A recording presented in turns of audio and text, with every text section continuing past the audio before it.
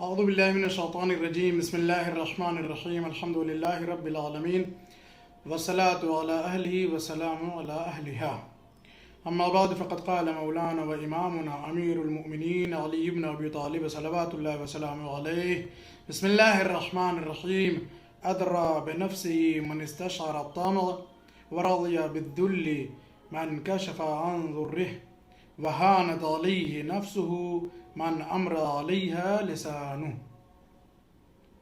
حضرات گرامی السلام علیکم ورحمۃ اللہ وبرکاتہ۔ کتاب مقدس نہج البلاغہ جو امیر المومنین کے خطبات و رسائل و وصائے و خطوط عہد نامے و دیگر باتوں کا مجموعہ ہے، جن میں ایک آخری حصہ ہے کلمات حکمت کا یا کلمات قصار کا۔ آج آپ کی خدمت میں ان کلمات حکمت میں سے دوسرے کلمہ حکمت کے ساتھ حاضر ہے۔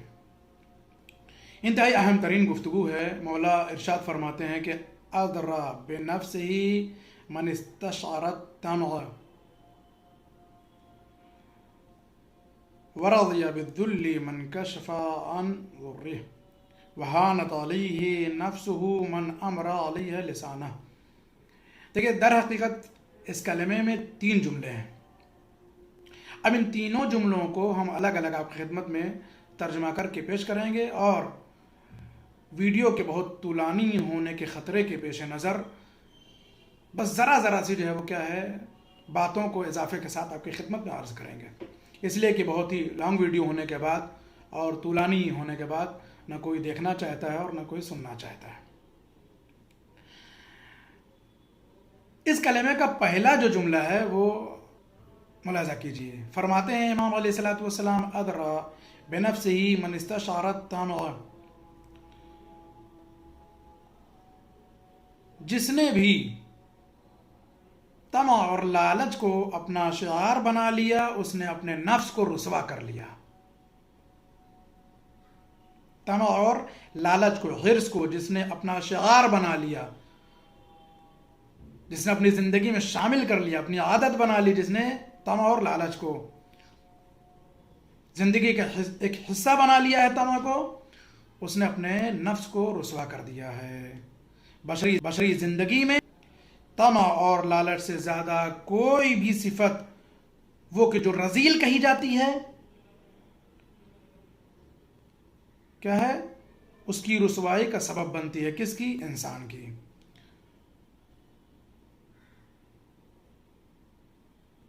ترقی کا ساری رسوائی کا سبب جو ہے کیا ہے؟ طمع اور لالچ و حرص ہے۔ انسان نہ طمع کرے، نہ لالچ کرے، نہ رسوائی کا جو ہے وہ سبب مہیا ہو۔ اگلا جملہ وَرَضِيَ بِالذُّلِّ مَنْ كَشَفَ عَنْ ضُرِّهِ، اور جس نے اپنی پریشانی کا اظہار کسی دوسرے کے سامنے کر دیا، وہ اپنی ذلت پر راضی ہو گیا۔ جس نے بھی اپنی پریشانی کا اظہار کسی دوسرے کے سامنے کر دیا، وہ اپنی رسوائی پر راضی ہو گیا۔ کون ہے جو اپنی رسوائی پر راضی ہو اور اپنے ہی ہاتھوں؟ عقل مند آدمی تو یہ کام اور یہ حرکات نہیں کرتا ہے۔ لہذا جو ہے کیا ہے، انسان اپنی پریشانی کا اظہار، اپنی مصیبتوں کا اظہار، اپنی مشکلات کا اظہار کیا ہے؟ خدا کے سامنے کرے، خاصان خدا یعنی محمد اور آل محمد علیہ السلام کے سامنے کرے، بس۔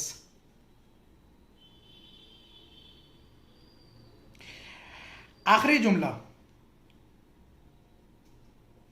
وَهَانَتْ عَلَيْهِ نَفْسُهُ مَنْ أَمْرَ عَلَيْهَا لِسَانَهُ، اور یہ انتہائی اہم جملہ ہے۔ اور جس نے نفس پر اپنی زبان کو حاکم بنا دیا، اس نے اپنے نفس کو سبکتر بنا دیا، ہلکا بنا دیا۔ نفس کے اوپر اگر کسی نے اپنی زبان کو حاکم بنا دیا، گویا اس نے اپنے نفس کو کیا ہے؟ سبکتر بنا دیا، ہلکا بنا دیا ہے۔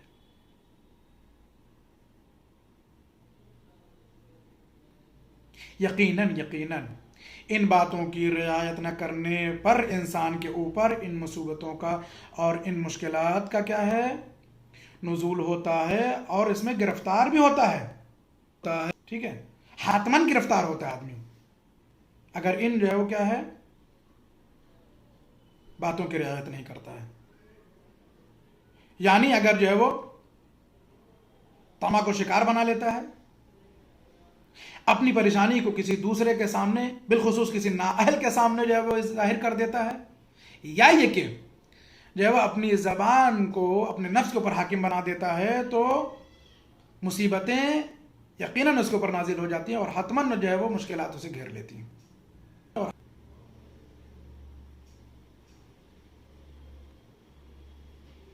یہ ساری مصیبتیں اور یہ سارے جو کلمات میں جو جملات بیان کیے گئے، تینوں باتیں بیان کی گئی ہیں، یہ در حقیقت انسان کو اس کی بے نیازی کی طرف متوجہ کرتی ہیں کہ انسان جو ہے وہ کیا ہے صرف خدا کا محتاج ہو، اور صحیح معنوں میں خاصان خدا محمد اور آل محمد علیہ السلام کی بارگاہ میں ہی نیاز مند رہے.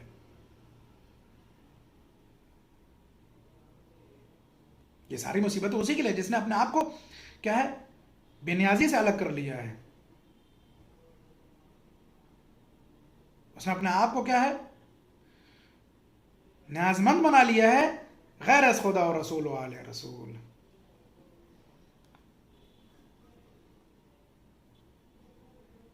بندہ صحیح معنوں میں صرف اور صرف اپنے خدا کا محتاج ہے.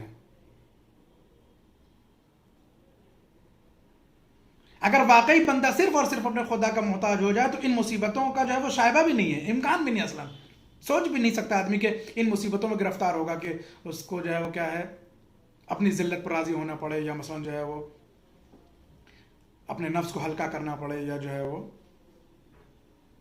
اپنے نفس کو رسوا و ذلیل کرنا پڑے.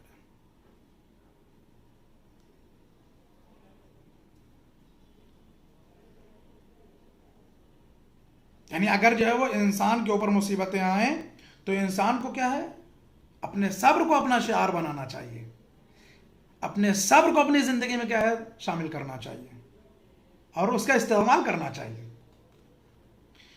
تاکہ جو ہے وہ کیا ہے نفس ان مصیبتوں میں گرفتار نہ ہو، انسان ان مصائب میں گرفتار نہ ہو، بلکہ صبر کے ذریعے سے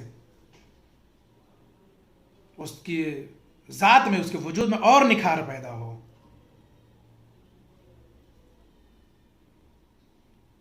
یقیناً اپنی مشکلات کا کسی کے روبرو بیان کرنا، کسی کے سامنے بیان کرنا،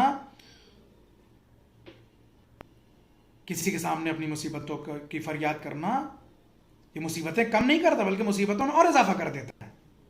اس کے علاوہ جو ہے وہ ذلت اور رسوائی کا سبب بھی بن جاتا ہے یہ.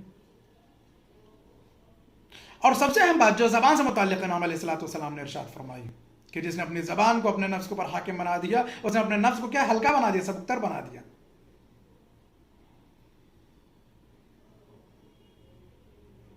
سب سے اہم بات صحیح معنوں میں زبان سے متعلق ہے کہ انسان کے گناہوں کا سب سے زیادہ تعلق اگر کسی عضو انسانی سے ہے تو وہ زبان ہے. متعدد احادیث اس لیے موجود ہیں، ویڈیو طولانی نہ ہو اس لیے ان باتوں کو نظر انداز کرتے ہیں. امام علیہ السلام نے بھی ارشاد فرمایا ہے کہ جب بولنے کا وقت آئے تو فکر کو زبان پر حاکم بناؤ. جو ہے وہ صحیح معنوں میں قابل غور نقطہ یہ کہ جب بولنے کا وقت آئے، یعنی بے وقت نہیں، بلا وقت نہیں، بلا موقع نہیں، بے محل نہیں. امام فرماتے ہیں جب بولنے کا وقت آئے اب اس وقت کیا کرنا ہے؟ فکر کو زبان پر حاکم بناؤ، نہیں کہ جو ہے وہ زبان کو فکر کے اوپر حاکم بناؤ.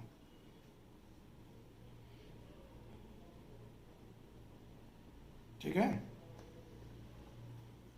جب انسان اپنی فکر کو زبان پر حاکم بناتا ہے تو سوچتا سمجھتا ہے کہ ہمیں کیا بولنا ہے اور کیا نہیں بولنا ہے، لیکن جب زبان کو اپنی فکر کے اوپر، اپنے نفس کے اوپر حاکم بنا دے تو بغیر سوچے سمجھے جو چاہتا ہے وہ بول جاتا ہے، اور کیا ہے یہ بھی خیال نہیں کرتا کہ وہ صحیح بول رہا ہے یا غلط بول رہا ہے، مفید بات بول رہا ہے یا غیر مفید بات بول رہا ہے، مؤثر ہے اس کی باتیں یا جو ہے کیا ہے غیر مؤثر۔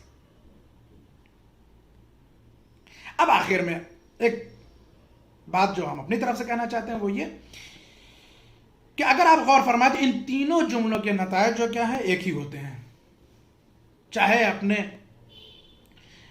نفس کو کیا ہے طمع کا شعار بنا کر کے ذلیل کرنا ہو یا ان تینوں جملوں کے نتائج ایک جیسے ہیں، عمل جو ہے وہ کیا ہے الگ الگ ہے مگر تینوں جملوں کے نتائج ایک ہیں۔ وہ کیا ہے؟